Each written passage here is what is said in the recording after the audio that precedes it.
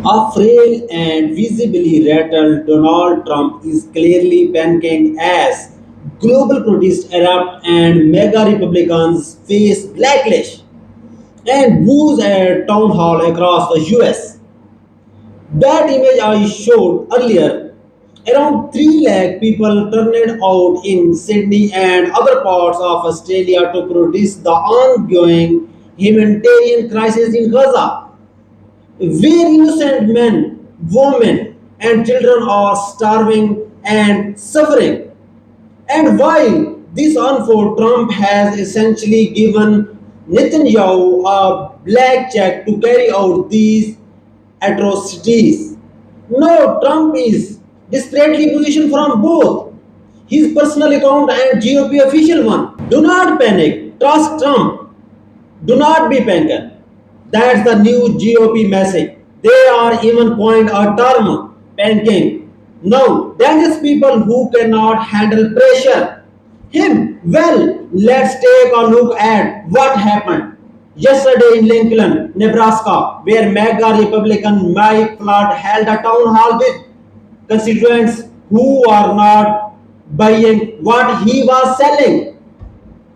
People voiced their outrage over everything from the creation of detention center like alligator Alcatraz to Trump and mega Republicans getting health care, pushing mysterious budget bill, covering the action file, building themselves 200 million USD million gold plate ballroom, planted ballroom, and demolition part of the White House. Not to mention, not to mention the despairs of a people and self-distracted trade war with the rest of the world. Flood tried to calm the crowd, saying, "No more ever, no more ever. The Republican Party represents you, the working people. That's who we are fighting for." But the people were not having it. Roll the clip. With all due respect, sir, the uh, the Republican Party now more than ever represents the heart and soul of the working class.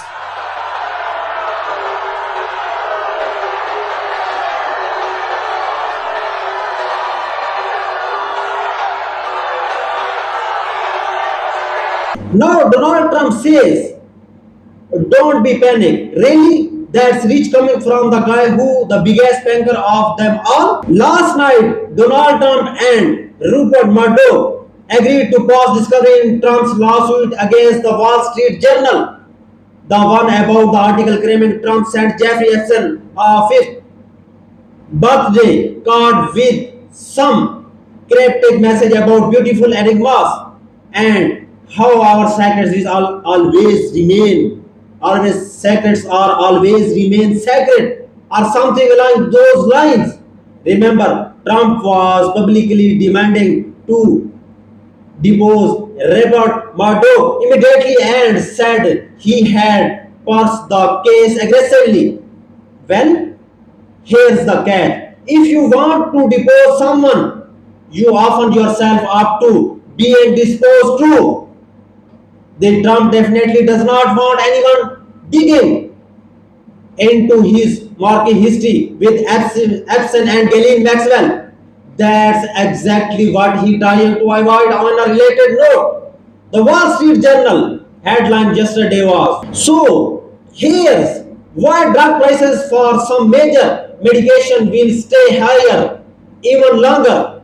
A little known provision quietly lobbied for by the pharmaceutical industries and tucked into what they like to call the big beautiful bill is going to cost Medicare billions in missed saving. As Senator Sheldon Whitehouse put it, bail out big pharma, lie about it, repeat.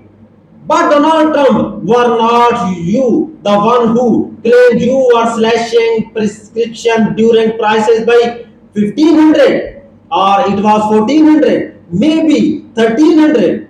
By those numbers, Should not Big Pharma be paying us to take our meds by now?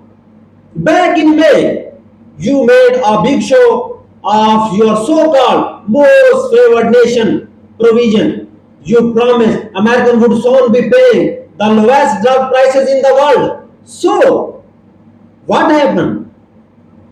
Was that just another scam from Donald Trump? The coin artist, the felon, the fraudster, the guy found label for sexual abuse? And where are those Doge dividend checks you bragged about? Remember those? You said every American was going to get $5,000 because Elon Musk and Dogecoin were supposedly saving us all this money. Turn out, Doge ended up costing the government more than what was spent under President Biden. Meanwhile, you gutted vital federal program slash for assistance and left million overseas to suffer, all for the sake of your scam. Now you have pointed from Doge dividend to daily rebate check cut tax American, then pretended you are giving something back, just a fraction of what was taken, and you are not even delivering on that. People are not buying it, not anymore. Just look the outrage boiling over at town halls like the one in Lincoln, Nebraska. Here's the question someone asked Mike Flood with 450 million going to build Alcatraz and ICE burning through for 8.4 million every day to detain people. How much does fascism cost us exactly? Play this clip. My question is fiscal. With 450 million FEMA dollars being reallocated to open Alligator Alcatraz and 600 million taxpayer FEMA dollars being used to now open more concentration camps and ICE burning through $8.4 million a day to illegally detain people, how much does it cost for fascism? How much do the taxpayers have to pay for a fascist country?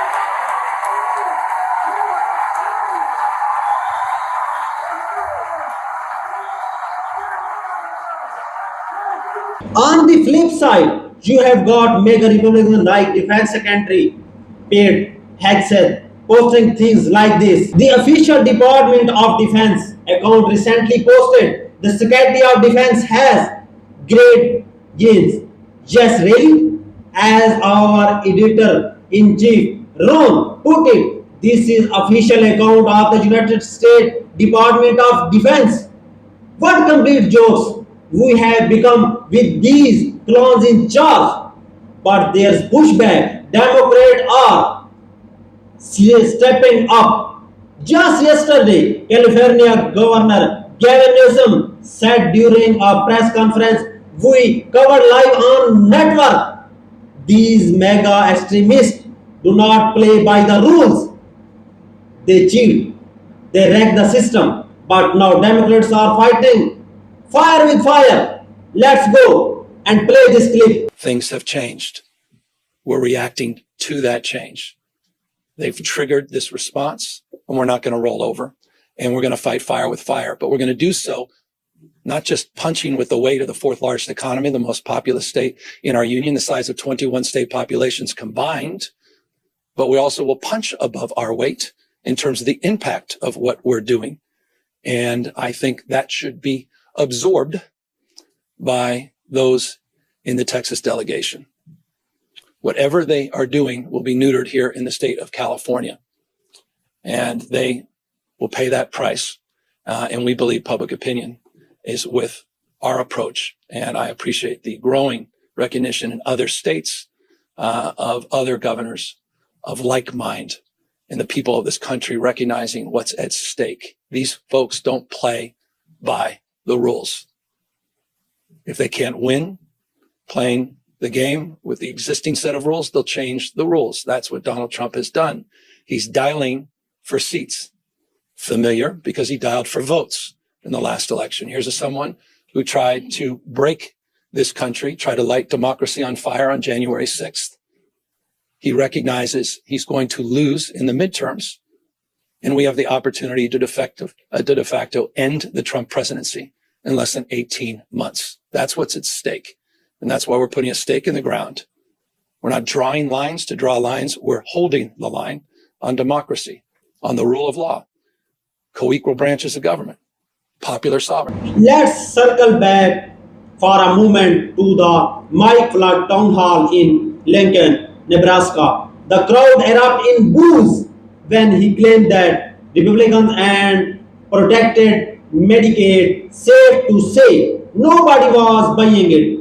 Roll this clip. And more than anything, I truly believe this bill protects Medicaid for the future.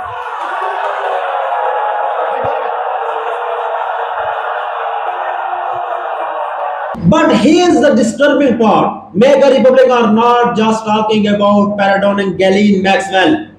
They have already moved her to minimum security facility despite her sex trafficker conviction. We previously were disqualified from such a placement. Somehow, she has been granted an exemption. They are treating her like some kind of VIP. Why? Because she was one of Donald Trump's close associates back in 80s and 90s. At this point, it's hard to ignore what GOP really seems to stand for.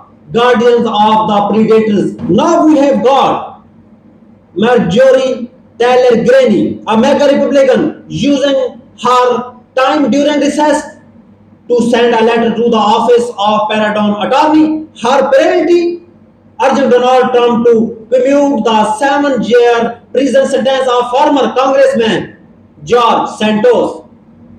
According to Greene and her allies, the sentence is excessive despite being for campaign-related crime, especially since, in their view, other members of the Congress who have won worse are still walking free.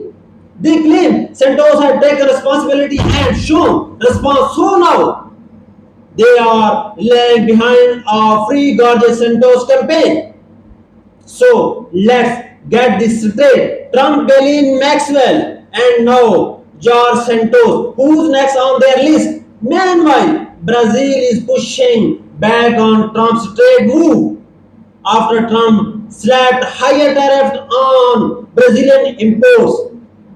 Your morning coffee just got more expensive, and not just a little, price are already climbing. That tub of Folgers on your shelf. It's nearly $8 more than it was just a month ago. A Brazilian Supreme Court judge has placed former president and insurrectionist Jair under house arrest for violating conditions tied to his allied cup attainment. This comes despite Donald Trump reportedly pressuring the Brazilian court to go and other way, pushing for Bolsonaro release while using tariff as leverage to apply political pressure. And it's not just Brazil. Trump is now using tariff to threaten India and other nations as well. In fact, India is so furious. It deserves a whole separate deep dive. Stay tuned for that. India's Ministry of External Affairs issued a sharp rebuke of United States and the Trump regime, strongly condemning recent actions. While there are wide concerns about India's continued purchase of Russian oil, it's disingenuous from Trump to use that as justification for slapping tariff on India, especially considering her help enable that behavior in First Palace. Trump's real motive, he is frustrated that India would not play along with one of his phony trade deals, like the imaginary 750 billion deal he keeps referencing. Prime Minister Modi, as part of BRICS bloc, Brazil, Russia, India, China, South Africa, has complex geopolitical priorities and simply is not buying into Trump's tactics. Let's not forget, just a few months ago, Trump was claiming India would be the first big win in his trade agenda. Yet again, another empty promise from the Trump regime. And conventionally, this drama with India also serve as distraction from action file. A mysterious jobs report, the increasingly chaotic fallout of Trump's falling trade war. The Department of Justice, the DOJ, has now opened a grand jury investigation. An informal panel has been convened to potentially recommended criminal charges against former President Obama and member of his administration. This marks yet another disturbing way Donald Trump is weaponizing the DOJ for political revenge. I will be posting a separate video shortly that dives into how this strategy is backfiring, particularly in states like Texas and Kansas, where Democrat state legislature are now in position to aggressively gerrymander in response. Mega Republicans are visibly rattled.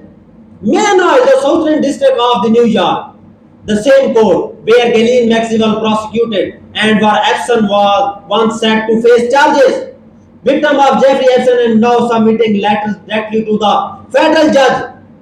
Their voices are entering the official record. Epstein victims are now speaking out in federal court, describing trauma they are experiencing as a result of Donald Trump and his allies treating Ghislaine Maxwell like some kind of hero.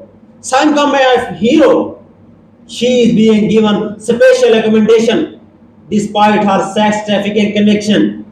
And there's even talk of a pardon being dangled in front of her. Let's be clear. No one in America asked for sacred meeting between Trump's DOJ and Ghislaine Maxwell. What the public demand was simple: release the absent file, not release Ghislaine Maxwell. She is convicted sex trafficker, not someone who deserves protection.